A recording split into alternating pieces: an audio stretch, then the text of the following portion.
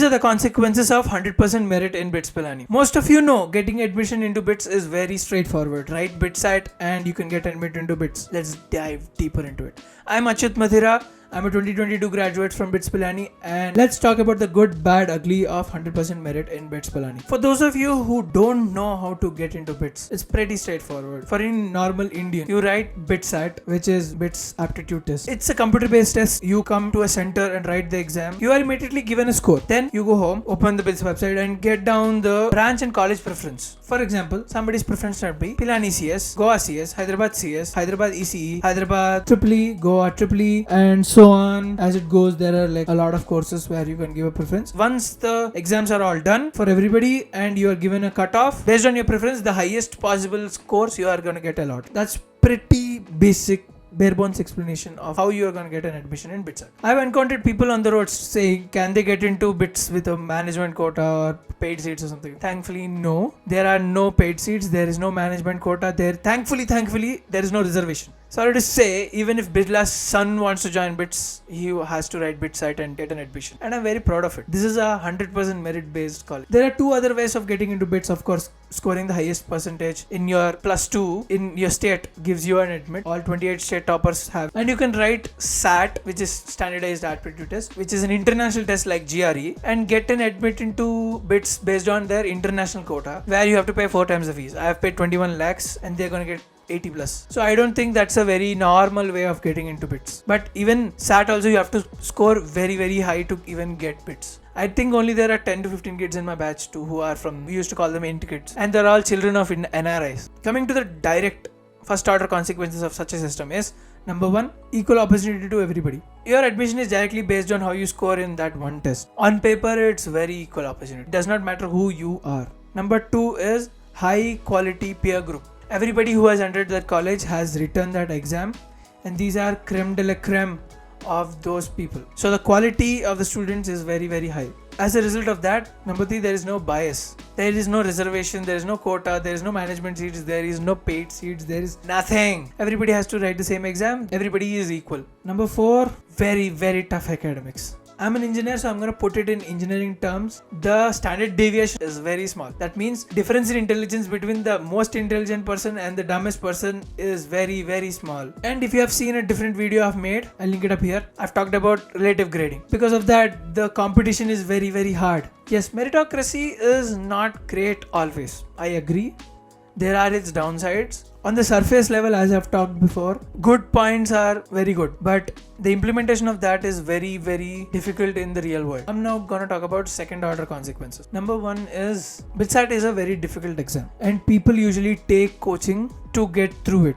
I have taken it. I have done my JEE at BITSAT Advanced, all kinds of standard coaching from Fiji 2016 to 2018. So it becomes very difficult for somebody from underprivileged background to crack BITSAT because of the lack of resources plainly. For somebody who can't afford coaching, for somebody who can't spend that much of time studying also. So talented, intelligent individuals from underprivileged backgrounds might likely gonna get left behind. Number 2. Another reason where people become very anxious to even get admission into BITS is the cost. I have a shameless plug link to this video.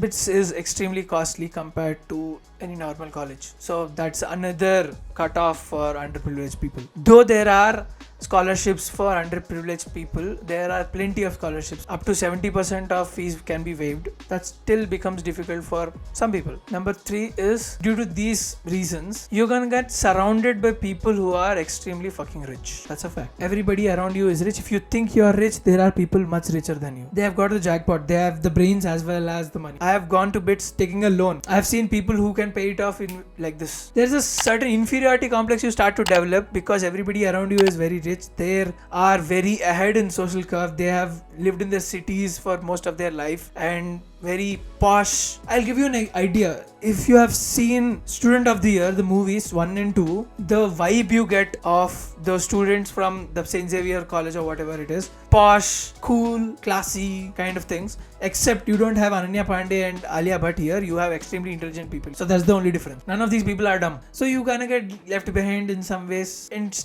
hard to fit in, especially in the initial years. Slowly you're gonna get used to it. Especially you have come from a town background, their English is better.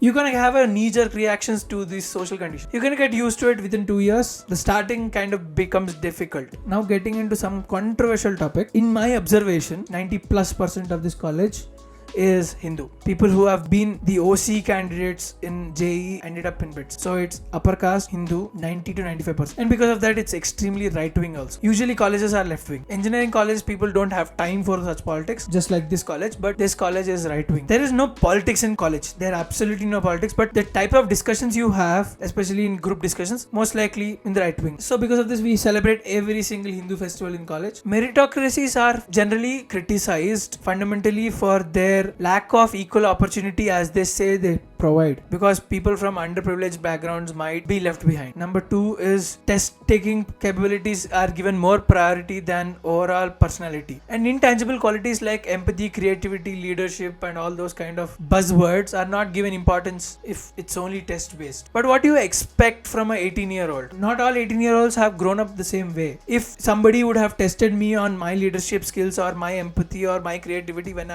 I was 18, I would have failed and not get into BITS. But my PCMB was very great. So when you're making engineers, I would say take people who have good intellectual capability and teach them everything else. One more plugin is 5 best things about BITS. In that I've talked about how BITS gives you a platform to grow your personality overall. So you take the best minds and help it grow in the 4 years of your graduation. BITS gives you the best platform to pursue whatever you want in whatever field you want. It is one of the most open college you can find in India, where academically you can pursue anything. I've seen people who have gone to make films after graduating. I've seen people who have shifted to finance. I've seen people who have shifted from mechanical engineering, computer science. That's very common nowadays, and you are surrounded with equally intelligent people. This is one of the best culturally sound colleges in India. I won't have it any other way. I know the ending has been a bit controversial. Write down whatever you think your thoughts are on this. This is my Instagram. You can talk to me directly on Instagram at @achitmadhira. And that's it for this video. Please like, share, comment on this video and subscribe to this channel to know more about life. Thank you. See you next week.